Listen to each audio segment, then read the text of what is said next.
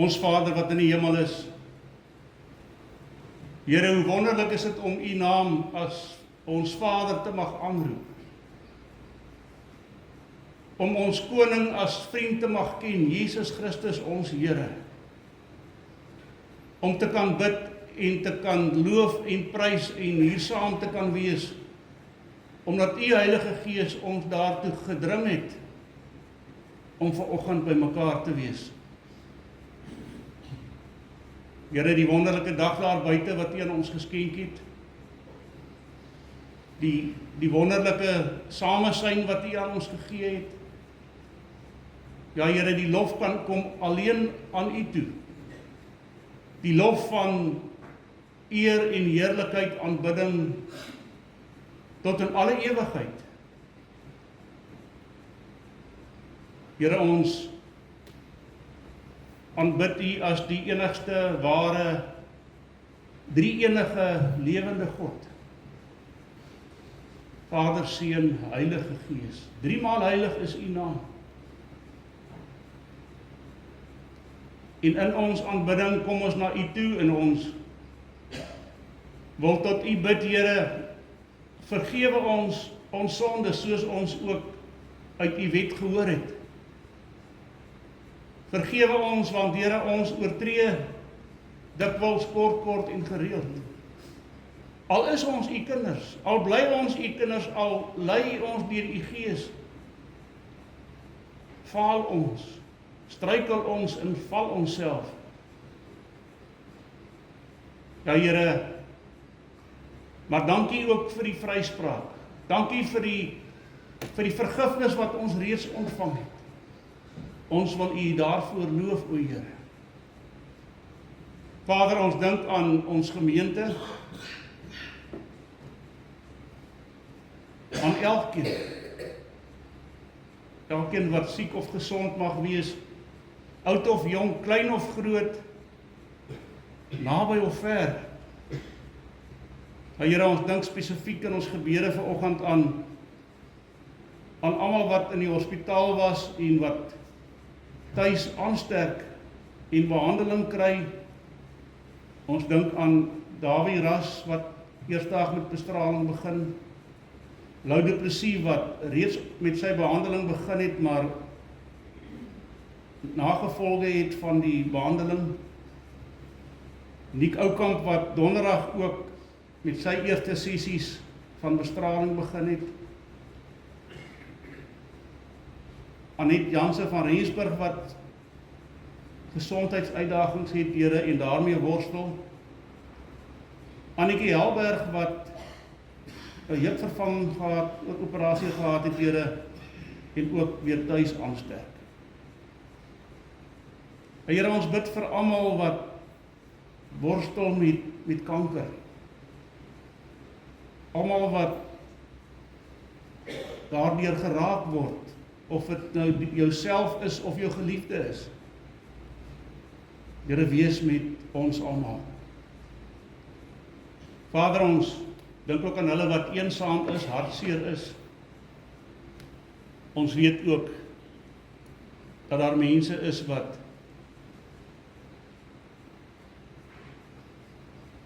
besorgd is oor ander. Here, hou ons almal in U hand vas. Ons bid vir ons kinders wat vanoggend weer met hulle katekisasieklasse begin, en die lesmateriaal wat aan hulle gegee is, dat U hulle ook daarin sal lei, hulle 'n skranderheid sal gee, om dit wat hulle geleer het, uit te spreek, en dit ook te lewe. Ons bid vir ons kerk, vir U kerk, vir ons gemeente, vir die kerk oor die wêreld heen, Here, dat U woord gespreek sal word, en dat ons kan sê, ja, so spreek die Here, Here. Ons dink aan baie dele van ons land, die Karoo, Noord-Kaap, ander plekke waar dit nog bitter droog is, dat U, Here, hulle ook met genadewater sal seën, dat mens, plant en dier weer kan floreer. Here, U is vir ons goed. En daarom vra ons dan nou ook, dat U ons verstand, ons hart, sal verlig, wanneer ons U woord oopmaak. En dat U Heilige Gees, ons oë, ore en harte sal oopmaak, om in te neem, te bewaar en ook uit te dra. Dit bid ons en ons vra dit, in die naam van ons Koning Jesus Christus alleen. Amen.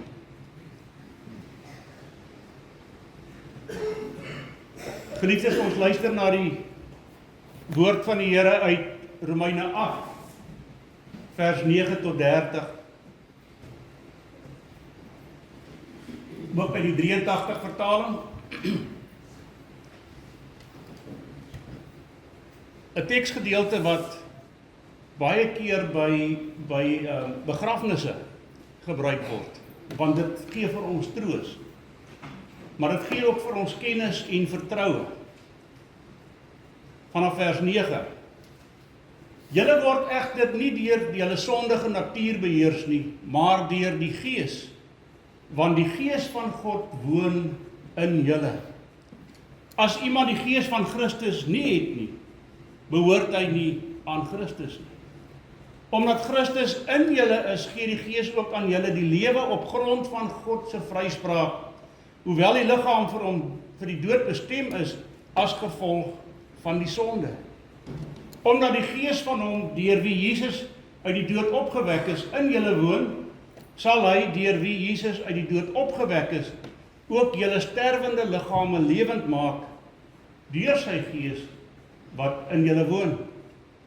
Daarom dan, broers, dit sluit die susters in, staan ons onder 'n verpligting, maar nie teenoor ons sondige natuur om daarvolgens te lewe nie. As julle lewe deur die sondige natuur laat beheers, gaan julle die dood tegemoet. Maar as julle deur die Gees 'n einde maak aan julle sondige praktyke, sal julle lewe. Almal wat hulle deur die Gees van God laat lei, is kinders van God. Die Gees wat aan julle gegee is, maak julle nie tot slawe nie en laat julle nie weer in vrees lewe nie. Nee, julle het die Gees ontvang wat julle tot kinders van God maak en wat ons tot God laat roep, Abba. Wanneer dit vertaal word, beteken Vader. Hierdie Gees getuig saam met ons Gees dat ons kinders van God is. En omdat ons kinders van God is, is ons ook erfgename. Ons is erfgename van God, erfgename saam met Christus. Aangesien ons deel het aan sy lyding, sal ons ook deel hê aan sy heerlikheid. Ek is daarvan oortuig dat die lyding wat ons nou moet verduur, nie opweeg teen die heerlikheid van God, wat vir ons in die toekoms sal laat aanbreek nie. Die skepping sien met gespanne verwagting daarna uit dat God bekend sal maak wie sy kinders is. Die skepping is immers nog aan die verydeling onderworpe, nie uit eie keuse nie, maar omdat God dit daaraan onderwerp het. Daarby het hy die belofte van hoop gegee. Die skepping self sal ook bevry word van sy verslawing aan die verganklikheid, om so tot die vryheid te kom van die heerlikheid waaraan die kinders van God deel sal hê. Ons weet dat die hele skepping tot nou toe sug in die pyning van verwagting. En nie net die skepping nie, maar ook ons wat die Gees ontvang het as die eerste gawe van God. Ons sug ook. Ons sien daarna uit dat God sal bekend maak dat hy ons as sy kinders aangeneem het. Hy sal ons van die verganklikheid bevry. Ons is immers gered en ons het nou hierdie hoop. Wat 'n mens al sien, hoop jy tog nie meer nie. Wie hoop nog op wat hy reeds sien? Maar as ons hoop op wat ons nie sien nie, wag ons daarop met volharding. Die Gees staan ons ook in ons swakheid by. Ons weet nie wat en hoe ons behoort te bid nie, maar die Gees self pleit vir ons met versigtinge wat nie met woorde gesê kan word nie. En God, wat die harte deurgrond, weet wat die bedoeling van die Gees is, want hy pleit volgens die wil van God vir die gelowiges. Ons weet dat God alles ten goeie laat meewerk vir die wat hom liefhet, die wat volgens sy besluit geroep is, die wat hy lank tevore verkies het, het hy ook bestem om gelykvormig te wees aan die beeld van sy seun, sodat sy seun baie broers kan hê, van wie hy die eerste is. Die wat hy daartoe bestem het, het hy ook geroep, en die wat hy geroep het, het hy ook vrygespreek. En die wat hy vrygespreek het, het hy ook verheerlik. Tot hier die woord van ons Here. Voor ons na die prediking luister, lied 192, verse 1, 2 en 3, vers 3, sien u volk in liefde aan, laat ons nie die stryd verloor nie, help ons Satans mags weerstaan, laat sy lus ons nie bekoor nie, u van alles Heer, die bron, laat die nuwe aarde kom. 192, dan neem ons weer ons plekke in.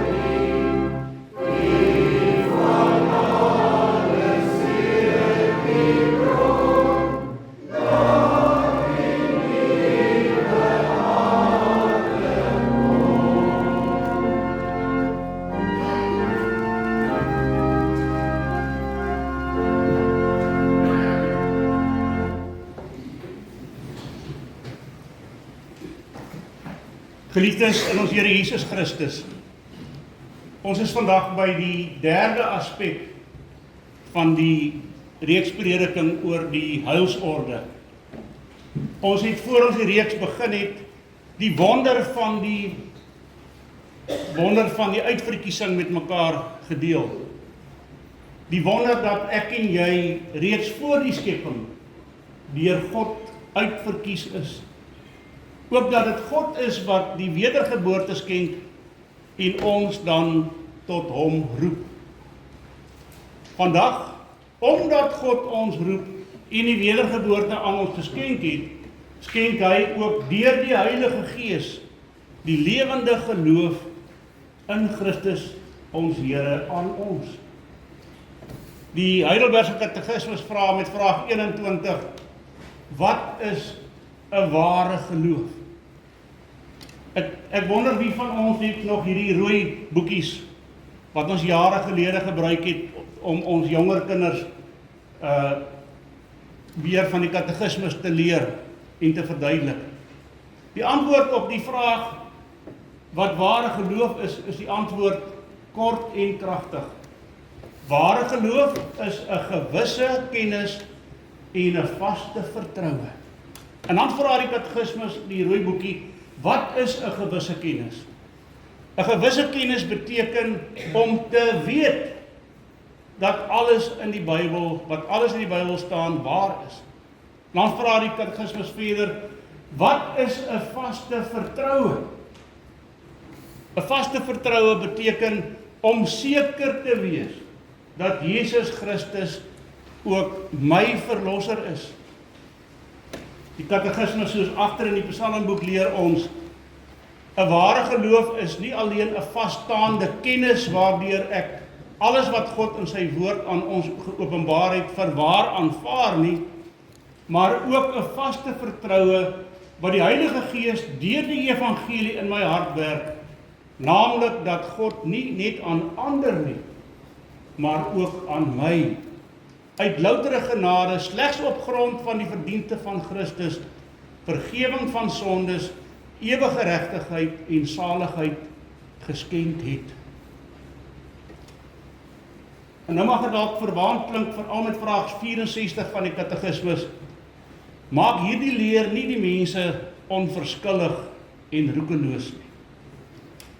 Die antwoord is nee, want dit is onmoontlik dat 'n mens wat deur 'n ware geloof in Christus ingeplant is, nie vrugte van dankbaarheid sal voortbring nie.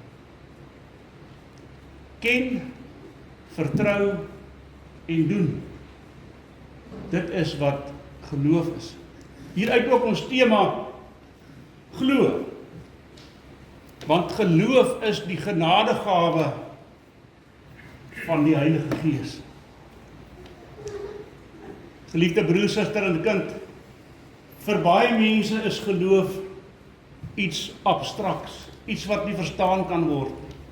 En dit is baie keer so dat ons nie dadelik altyd alles reg verstaan nie. Die probleem is dat ons dalk te veel wil verstaan en te min wil glo en vertrou. In ons teksgedeelte kry ons onder meer die begrip van hoe geloof deur die werking van die Heilige Gees in die lewe van 'n gelowige moet funksioneer. Ook hoe dit verband hou met ons identiteit, ons erfgenaamskap in Christus. Deur geloof aanvaar ons identiteit as kinders van God. Hierdie Gees getuig saam met ons gees dat ons kinders van God is.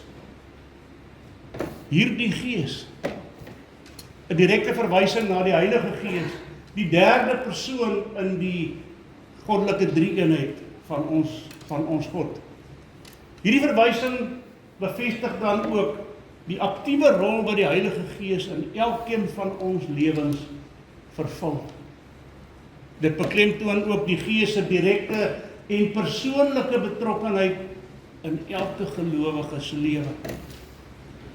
Die begrip getuig daar in rooi dui op 'n bevestiging en 'n versterking van die waarheid.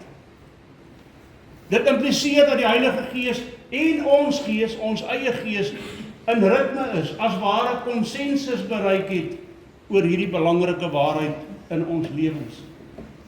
Saam met ons gees is 'n aanduiding dat daar 'n balans, 'n harmonie tussen die Heilige Gees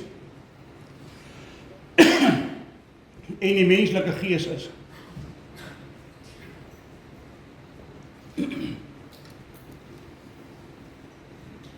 Dit wys ook hoe die goddelike en die menslike elemente wat met mekaar saamwerk 'n geestelike bevestiging is en dat ons van God se genade oortuig word. Die Heilige Gees oortuig ons van God se genade. Die Heilige Gees oortuig ons dat ons hom kan ken. En so gee die Heilige Gees ons ook toegang tot die wysheid van ons Here. En dit help ons om God se hart en liefde en bedoelinge vir ons beter te verstaan.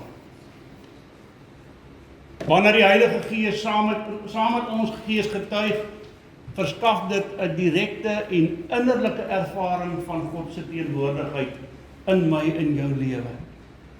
En dit bevestig ook die kindskap dat ons die Here se kinders is. Dis 'n geestelike kennis, geliefdes, wat dieper gaan as net die intellektuele, die verstandelike begrip. En hierdie getuienis beteken dat ons gees die kennis van wie God is, dat ons daardie kennis ontvang, en dat ons ook op hierdie kennis wat ons ontvang het moet reageer. Dit lei ons om hom waarlik as ons Vader te mag ken. Dit is 'n blye geestelike erkenning wat ons in staat stel om in waarheid en in sekerheid as God se kinders te lewe. Hierdie getuienis gee die Heilige Gees ons, deur hierdie getuienis gee die Heilige Gees ons ook 'n oorvloedige en 'n intieme kennis van God se vaderlike liefde en ook van sy verbond in Christus. Uit gehoorsaamheid word ons dan gedring, aangespoor, ook deur die Heilige Gees, om met vertroue en waardigheid as God se kinders te lewe. Want geliefdes, hierdie kindskap impliseer 'n verhouding tussen die kind en ons hemelse Vader. Dit is wat die basis vorm. Vanuit ons kindskap leer ons van God se karakter, sy geregtigheid, sy liefde en ook sy genade. Ons sien dan ook in vers 17 dat ons identiteit in Christus nie net versterk word nie, maar dat ons ook begrip van en deelname aan God se wil en karakter wil verdiep. En omdat ons kinders is ons ook erfgename. Ons is erfgename van God, erfgename saam met Christus. Hier is 'n bevestiging, geliefdes, dat ons wel kinders van die Here is. Dit word verder aan ons beklemtoon dat ons ook erfgename is. Erfgename van God dui vir ons aan in watter intieme verhouding ons met ons Here staan, wat hy met ons staan, dat hy ons so lief het, dat hy ons name in sy testament opgeskryf het. Vir die kinders, 'n testament is soos 'n brief, 'n dokument, waarin 'n persoon sy of haar wense uiteensit, wat hy of sy graag wil hê, hoe sy eiendom en sy bates, die goed wat oorbly na hy gesterf het, aan ander instansies of mense gegee en versprei moet word. Daardie testament is 'n belofte vir die erfgenaam wat wag. Soos 'n testament die erfporsie vir die wettige erfgename uiteensit, verduidelik Paulus ook aan ons as kinders van die Here, dat ons ook wettige erfgename van God se koninkryk is, van sy eiendom. Dit beteken dat ons wettige erfgename is, wat op die beloftes en seëninge wat God aan sy kinders beloof het, dat ons daarop aanspraak kan maak. In geestelike terme beteken dit dat God se eienskappe soos genade en geregtigheid in en deur Jesus Christus ons, my en jou eiendom word. Erfgename met Christus beteken dat ons in die testament wat Christus vir ons deur sy menswording, sy lewe, sy dood, sy opstanding bewerkstellig het ons daaraan deel geword.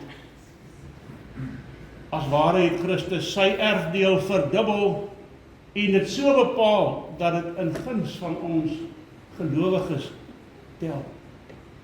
Dit maak dan ook van ons mede-eienaars van die nuwe verbond, waarvan ek en jy nou alreeds deel is en het.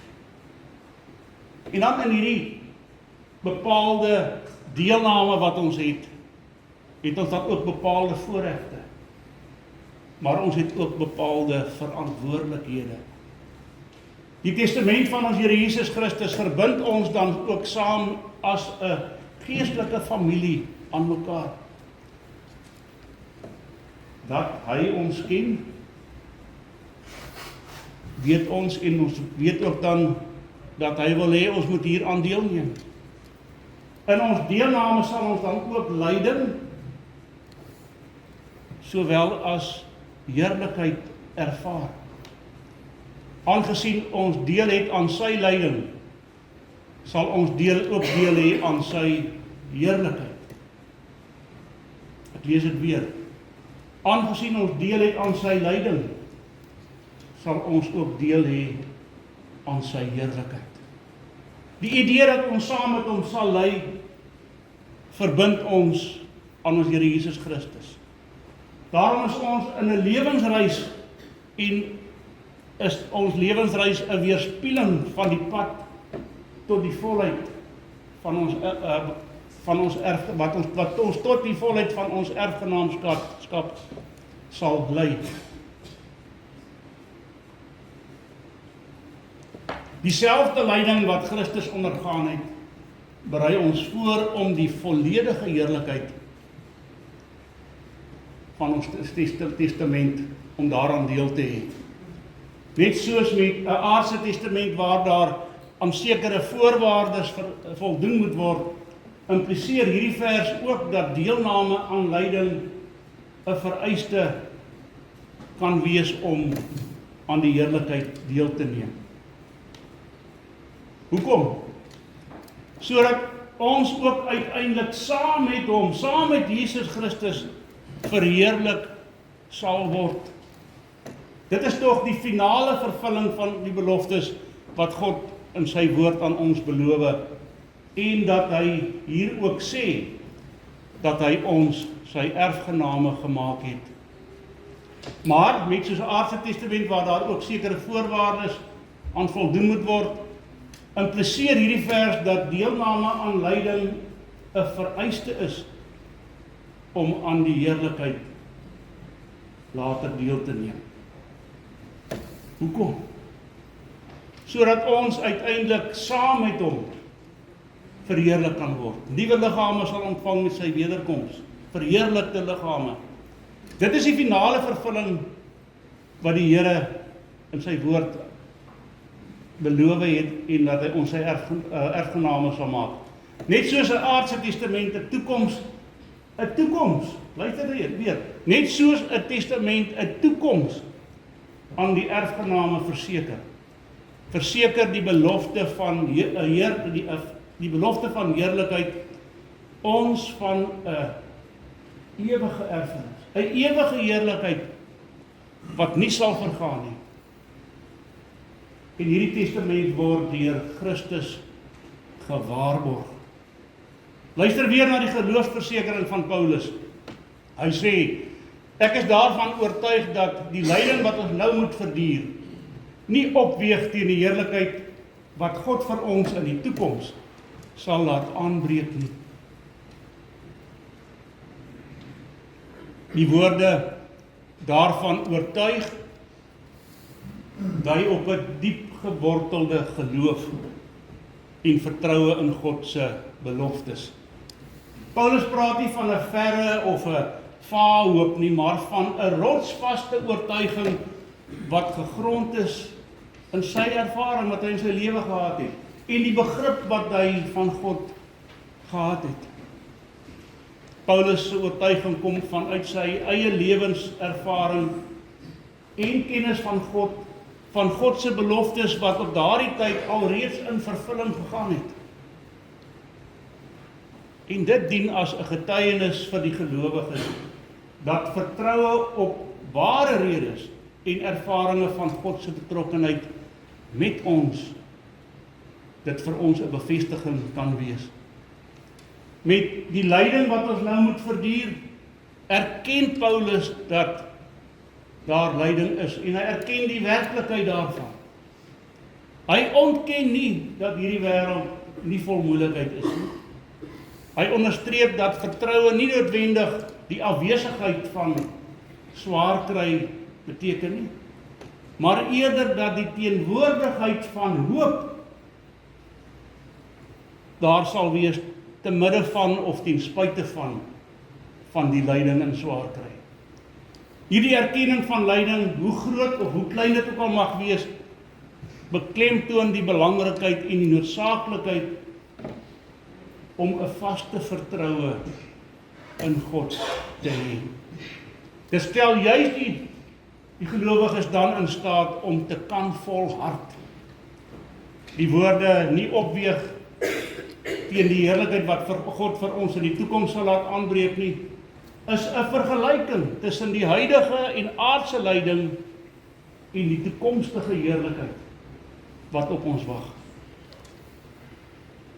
Dit is 'n geloofsdaad waarop ons op God se beloftes kan vertrou.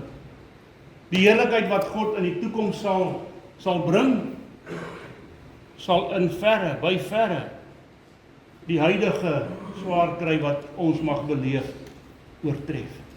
Dan beklemtoon dit ook 'n vertroue, nie net in God se potensiaal nie, maar in sy verbindende beloftes aan sy kinders, aan jou en my, dit wat hy in sy woord vir ons gee. En dan is dit ook hierdie beloftes wat ons vertroue laat groei, voed, en te midde van nood en lyding standvastige hoop gee. Daarom word ons ook uitgenooi om ons vertroue in God te vestig, daaraan vas te hou, dat dit gegrond sal wees op die vaste beloftes van die Here en ook die beloofde heerlikheid beloof wat op ons wag. Hierdie vertroue moet ons dan ook aanmoedig om so 'n mate van geloof en vertroue te handhaaf, iets wat ver bo die menslike en onmiddellike omstandighede strek, dat God se beloftes vir sy kinders, vir jou en vir my, 'n werklikheid sal word. Soos ons al vir mekaar gesê het, daar moet reaksie wees. Want geloof is nie net kennis. In Jakobus 2 vers 19 word gevra, glo jy dat daar net een God is? En ons sal glo, ek elkeen hard antwoord, ja. Maar Jakobus gaan verder en sê, dit is reg. Die bose geeste glo dit ook, en hulle sidder van angs. Geliefdes, daarom is kennis nie gelykstaande aan geloof nie. Want kennis alleen kan ook nie red nie. Want soos ons gehoor het, duiwels en demone vertrou nie en hulle doen ook niks nie, behalwe om te bewe. Dan die vraag aan jou en my, wat moet ons dan doen?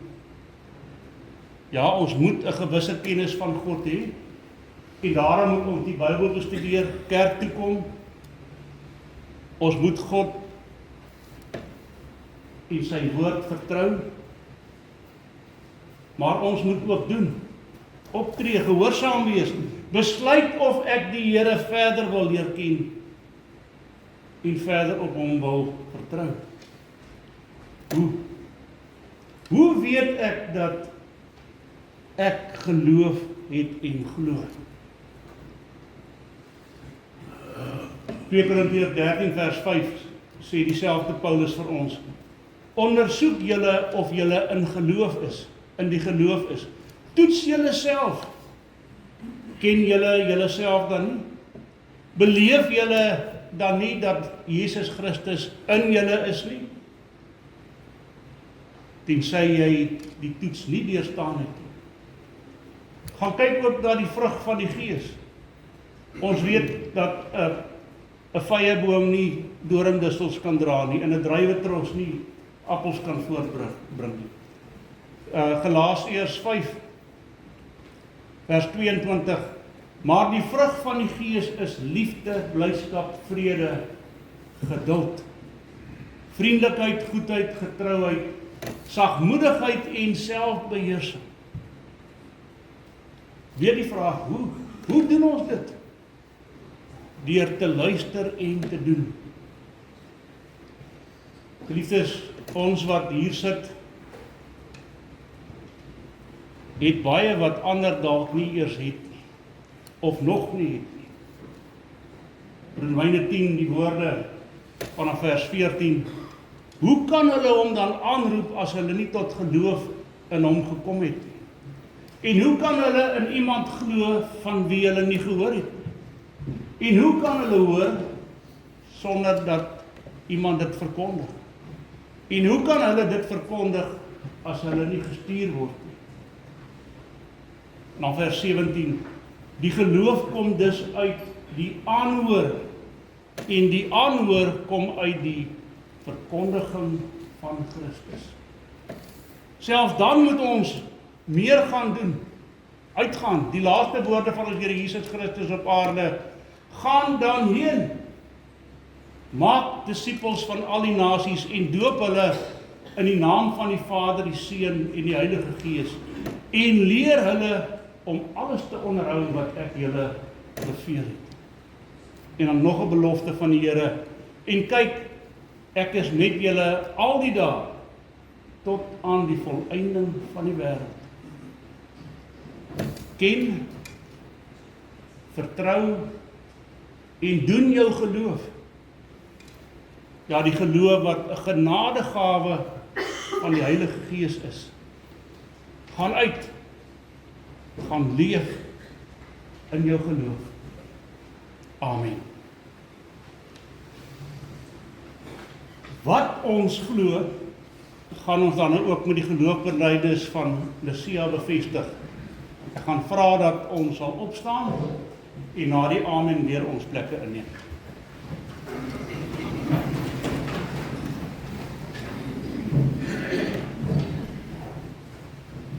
Ons glo in een God, die almagtige Vader, die skepper van hemel en aarde, van alle sigbare en onsigbare dinge.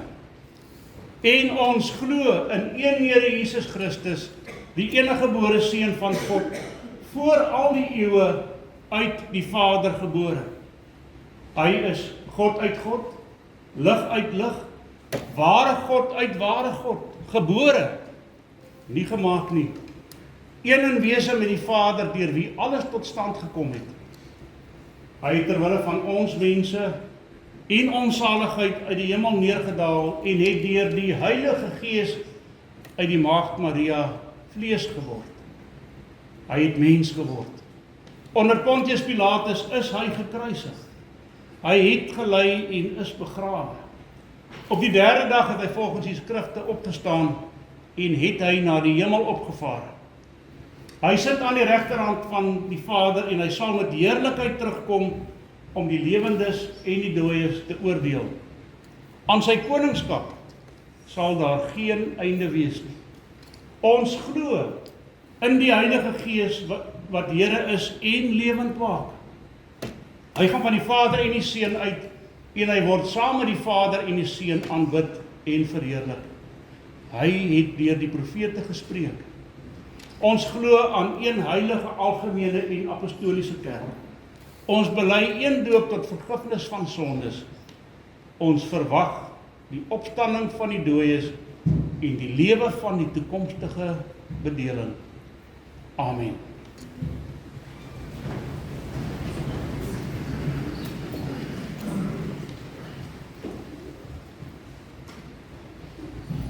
Heilige Gees,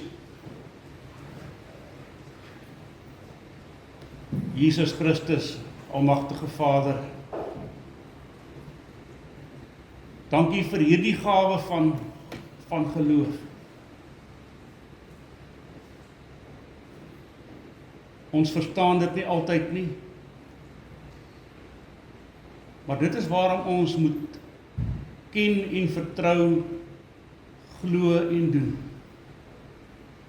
Help ons daarmee, o Here, tot verheerliking van U naam, tot uitbreiding van U kerk, en tot hulp en opbouing van mekaar. Ons bid dit in Jesus se naam alleen. Amen. Ons sluit af met Skrifruiming 14:3 verse 1, 3 en 4. Vers 3.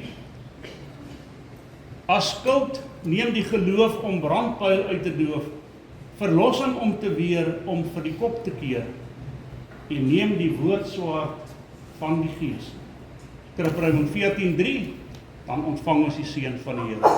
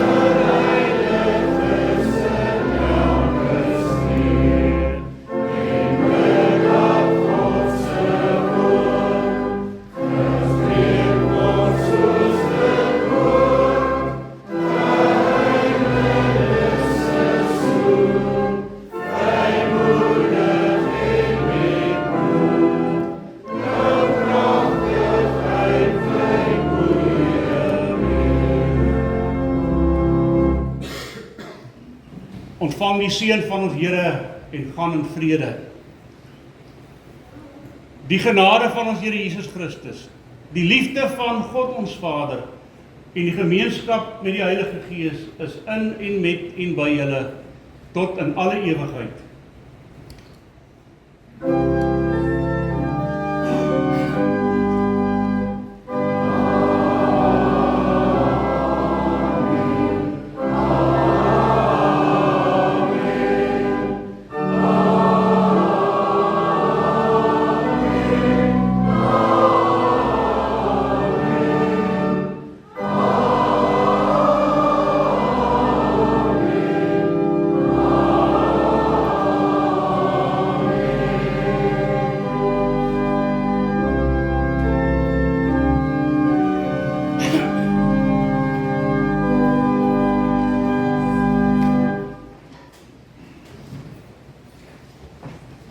Oupa het vergeet om vir jou welkom te sê.